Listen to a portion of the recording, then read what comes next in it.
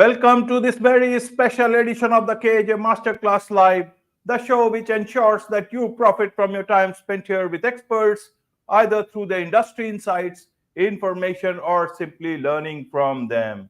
And today we have Anna Mikeda. She is a psychologist, high performance coach, mindfulness, and qigong instructor with over a decade of experience. Welcome to the show, Anna. Thank you so much for having me. It's a great honor. You are welcome to the show, Anna. You are welcome to India in this online form, and I'm sure not just in India, but a lot of people across the world will benefit from what we are going to talk about. We'll be talking on transforming anxiety into efficiency. So, Anna, first, you are a psychologist. First, let's understand anxiety itself. What is anxiety? People keep on hearing about anxiety, talking about anxiety. I've talked to other people also about anxiety, but I would be interested to understand your understanding of anxiety so that, because I guess a lot of people look at anxiety in different forms. You are looking at it, from anxiety, turning anxiety into efficiency. So help us understand this kind of anxiety. Okay, but before I dive into this, I wanted to say that India is one of my favorite countries in the whole world, and some of the ancient Indian techniques, especially breathwork techniques, I use a lot when working with anxiety. But I will tell about that later. It's just to show how honored I am to be talking to Indian audience. So, anxiety. Very simply, all our emotions have motivation. So, our emotions are meant to show us something, teach us something, improve us in some way. That is their purpose, evolutionary speaking. Anxiety, its purpose from like evolutionary perspective is to prepare us for something uncertain, is to prepare us for something that can go wrong. So, for example, like an ancient person back in the day living in a cage may feel anxious that, okay, today I will not get a mammoth and I need to feed my family. So, I'm going to go hunting earlier. So, I make sure that I find the mammoth. This is a simple example of anxiety when it works well, when it helps us make certain changes in our life, and thus we become, mm, we achieve the things we want to achieve. However, what happens nowadays, and so a lot of my clients tell me that, and I used to have anxiety myself, so I can speak from personal experience, is that anxiety becomes a constant backbone, like a constant nagging voice in our head all the time throughout the day. And it can tell us something, oh, will I get enough money? Like, will I find this new job? Will this client pay me? Will I find a client? Will I be able to, to perform well? Will I be able to, um, to show my best self? Will I be able to grow, to raise my kids well? Will I be able to be the best mother or father I can? Will I be able to pay for my vacation? Will I be able to, um, I don't know, did I switch off the gas in my apartment? And etc., etc., etc. What happens is that we get stuck in those loops. They continuously repeat themselves. And we start feeling anxiety. And how you feel it, you can always feel it in the body as a very unpleasant sensation that something can go wrong. And you're like, but what can go wrong? And you're like, I don't know, something. And there is this constant inner conversation when you feel like there is like an unclear, uncertain danger that can really, screw you up and, really make your day, your life horrible. But you're not quite sure what it is. And so you just spend your whole day worrying about something that can go wrong. And that creates a problem because not only we worry, we spend this energy on, instead of doing the things we need to do, we spend them on worrying. So, for example, if we go back to the example of the caveman, so he feels in the morning, will I be able to feed my family? Which is a very fair worry. All of us have it every now and then. And so, if he has healthy levels of anxiety, he goes into the forest and he finds a mammoth and he brings it home. But if he has unhealthy levels of anxiety, he can't really do anything. He stays at home and tell his wife, like, I can't do it. Like, I don't feel confident enough. I don't think I can find a mammoth. And even if I go, I'm gonna just waste my time. And he starts on talking and overthinking and just feeling really insecure about himself. And so even if he does in the end go to hunt a mammoth, still he finds that he is not as efficient as he could be. He's not as good at it.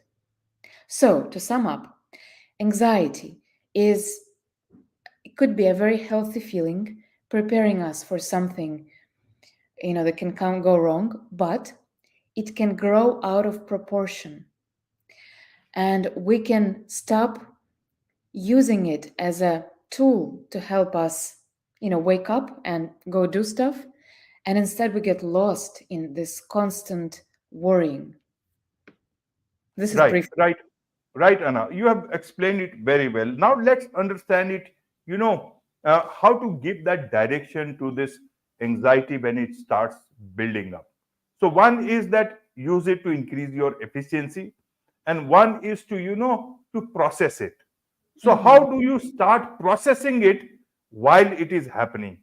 And process it before it becomes worse, and then process it towards making it yourself efficient. How does that process work when you start getting hit by anxiety? Is it like a bolt? It comes and goes, and you have to you have to use it. But if I understand, it starts building up, and it builds up over a certain period of time. Help us understand about that particular time around that process, how to process Mhm. it, and then help it to actually become more efficient. Okay, so this is actually tricky, pretty tricky. Why? Because as soon as we start fighting anxiety, it becomes bigger. So, for example, you start feeling anxious about something, and then you notice it, and you're like, oh, I'm feeling anxious. And then what happens next? You start worrying about anxiety. So basically, you worry about worry. And then when you notice that you do that, you start worrying about worrying about worrying. So it creates something that is called secondary neurosis. But to keep it really simple, you start building up um, anxiety, because the more you try to fight it, the bigger it gets. So the answer is not to fight it, but how to get rid of it if we can't fight it. So the task, there are a couple of stages here. The first stage is to understand that there is nothing wrong with anxiety, and everybody feels it. And even I feel it sometimes, and it's just being human, just being normal. Like, for example, I was feeling a little anxious before starting this podcast, and there was the rundown of minutes, and I was like, oh, okay, I need to prepare. So it's absolutely normal to feel a little bit anxious. No problem with that. Second step is to understand that anxiety really helps you. It has an aim, it has a purpose.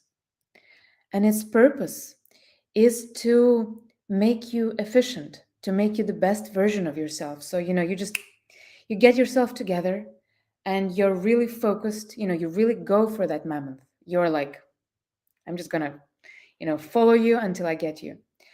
So the purpose of anxiety is to activate us, to be like, okay, now I know what to do. So this is the purpose of anxiety. That's the second part. To remember that anxiety has a meaning, a state towards which it leads us. So if you understand those two things already, your anxiety is not going to be overwhelming. Already it will be much, much easier and more manageable. But third step is to actually um, use some of the, ancient Indian pranayama techniques. So I will give you a very simple example. Um, what you can do is, so first, you need to ground yourself. If you notice that you are anxious, it means you are in your head, like you're spinning thoughts in there, like rah, rah, rah. So you need to really go back to your body. So how you can do it? You can touch yourself a little bit, just like to feel the body. You can pay attention to what you see, what you hear, to the present moment. After that, you do a little breathing technique. And there can be many breathwork techniques, but I suggest for starters Ujjayi breathing. I hope I say it correctly. Right. When you make the exhalation and inhalation like a little bit slower and more more pointed and with a little sound. So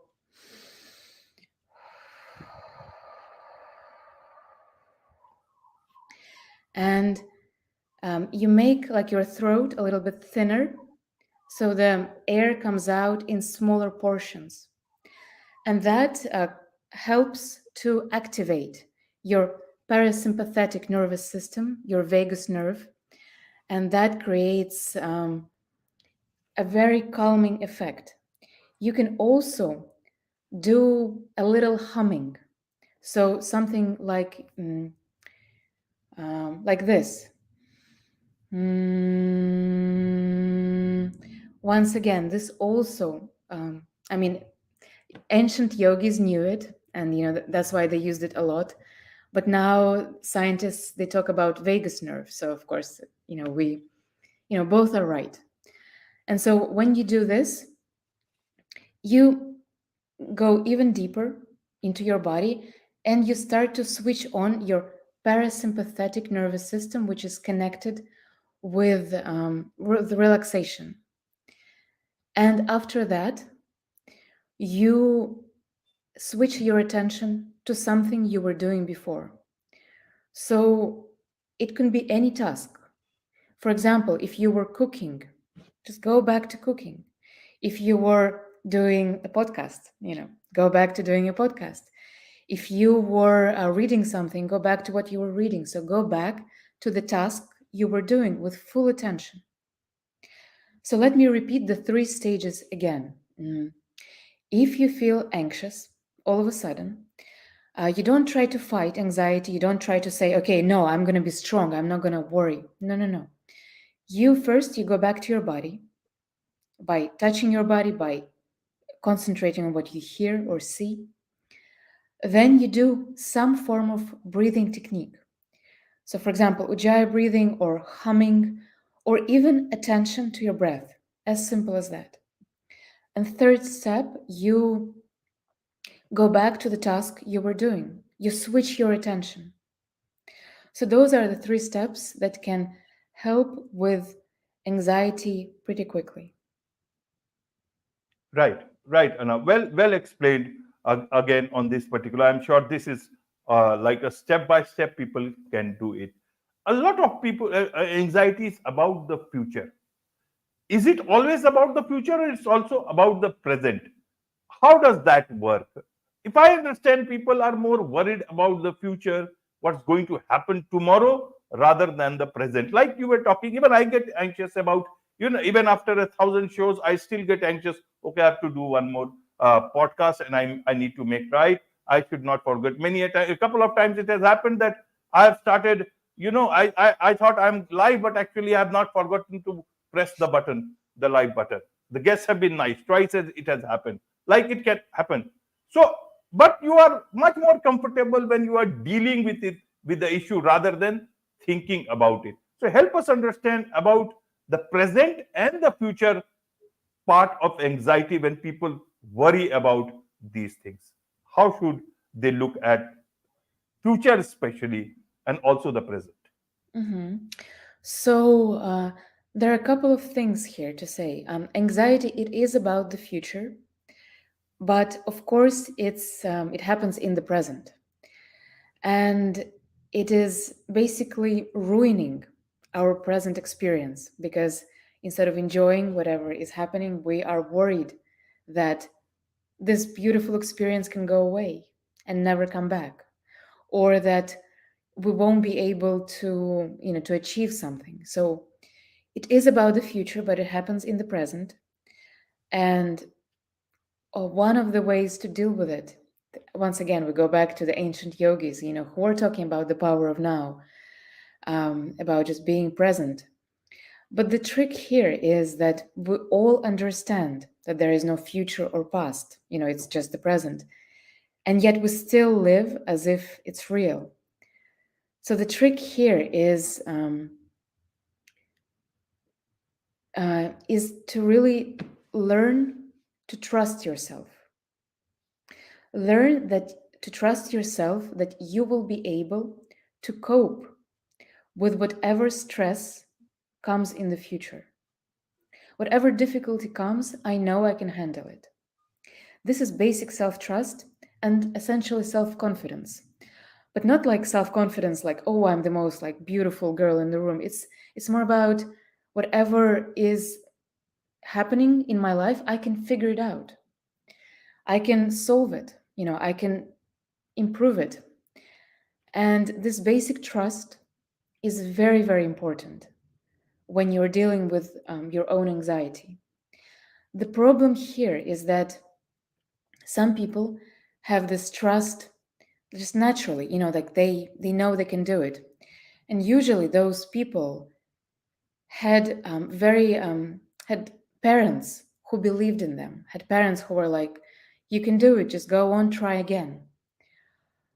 But a lot of us actually had parents who weren't as supporting as they could have been, not because they were bad parents, but because they themselves weren't taught how to be, supporting. Maybe they had anxiety themselves. So we're not here to blame everything on the parents. No, no, no. But we are here to say that some people can have certain upbringing or even certain trauma, so very traumatic experience in the past that makes it very difficult for them to to overcome their anxiety. And so for that, there are also some techniques that can be used. So if a person has a trauma, so something really difficult, really scary, really just like painful happened to them in their past, here it's better to work with a professional, like a psychologist, to really outgrow this experience, to kind of reframe it. And in other cases, when you weren't brought up, like you weren't given support when you were growing up, well, since we're adults now, we can start giving ourselves this support.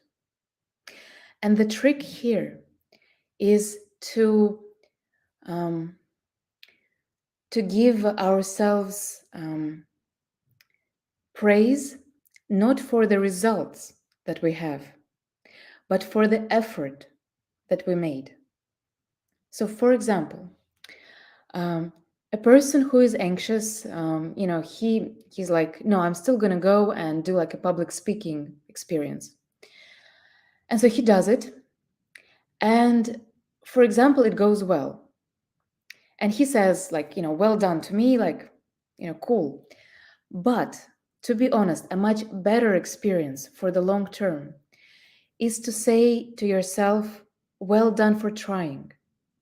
Doesn't matter what was the result. Well done that you tried. Well done that you were scared, you felt anxious, and you still went out and did it.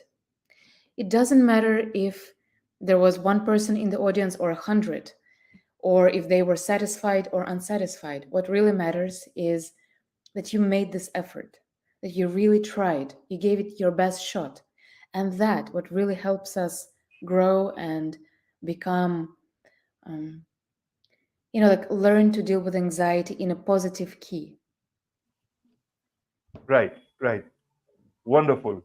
Wonderful, Anna. Now let's look at it from this point of view. Anxiety it requires you to be a bit quiet in terms of knowing yourself and take it as it comes.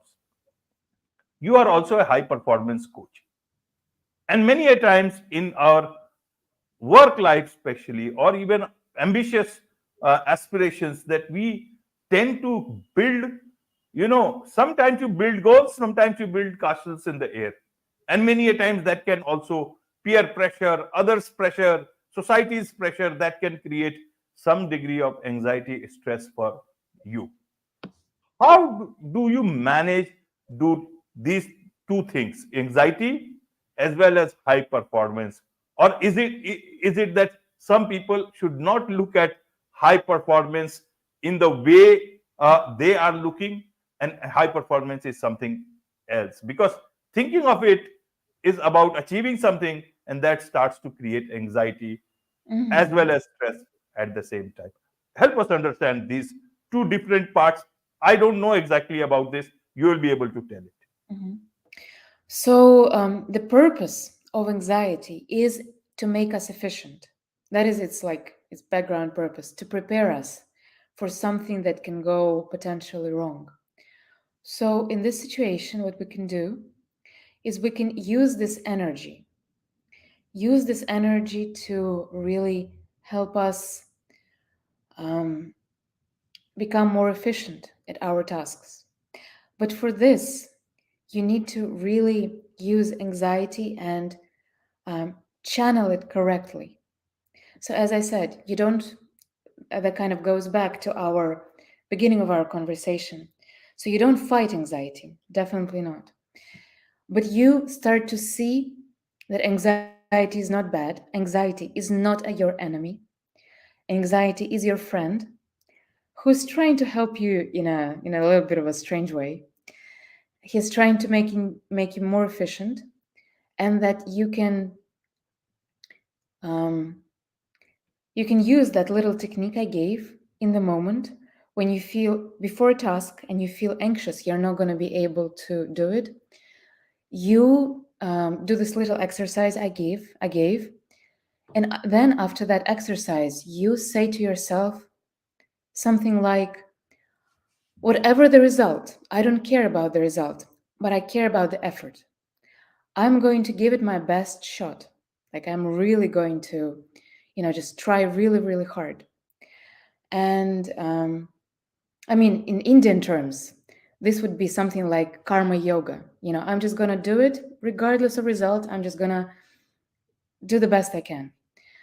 And when you have this approach, um, like, in modern terms, it's like mm, really making the effort, like really having your focus not on the end result, but on the effort you're making. Whatever it is, whatever the end result is, you will do your best and you will become a little bit better at whatever you were doing. And that for the future will help you become more efficient, more trusting yourself, more knowing that, yeah, I can deal with really difficult situations. And even if I don't earn like a lot of money in 1 hour, whatever, but at least I did my best.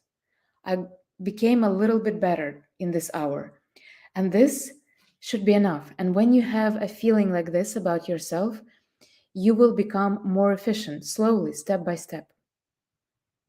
Right, right, Anna.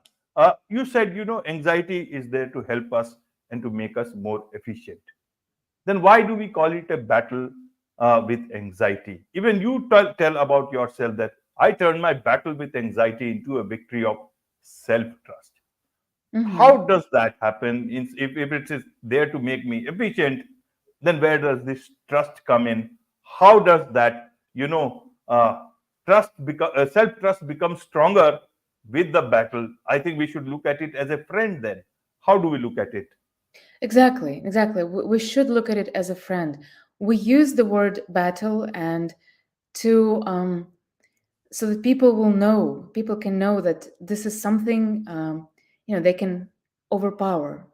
But uh, the word overpower, we use it only in the beginning, because very quickly we realize that this is not a good word to use with anxiety. This is not a good mentality to use with anxiety, because the more we fight, the bigger it gets. Um, and very quickly, so our first step is to realize, okay, I can do something about anxiety. I'm not like a victim, So our first step is to know I can do something. But our second step is to know that anxiety is a friend. Like, not a very helpful friend at first, but we can make him or her helpful. So we really try to reframe our understanding of anxiety towards more, we're working together with anxiety to achieve our results. Absolutely. Now I get it. It's like a guru who tests you through different tests so that Exactly. you become stronger the way you Exactly. should be.